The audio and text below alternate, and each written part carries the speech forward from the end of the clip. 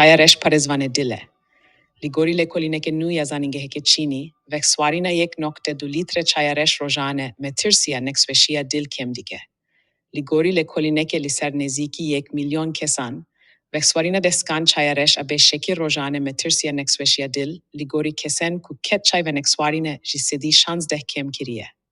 Li gorî 14 ceribandinin bere û danên tenduristiye yên 958,477 kesan, ku 16,929 jivan bi nexweşiya dil bûn, lêkolînê kesên ku çay ve diswin û kesên ku çay ve naxwin berawirt kir û bi awayekî zanistî bandorin vexwarina çayê nîşan da.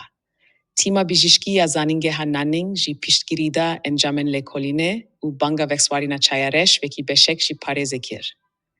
Ev lêkolîn dî demekê de tê ku bijîşk û pîspor bi salane, li ser feydeyên tenduristiyên çaya kesk diaksivin, ji ber devlemendiya vê ya di antioksidan û naveroka kafeîneya kem de, li ev lêkolîna nû ya jî zanîngeha nanîng nîşan dîre ku çaya wedî feydeyên swê ye. Çaydek swî.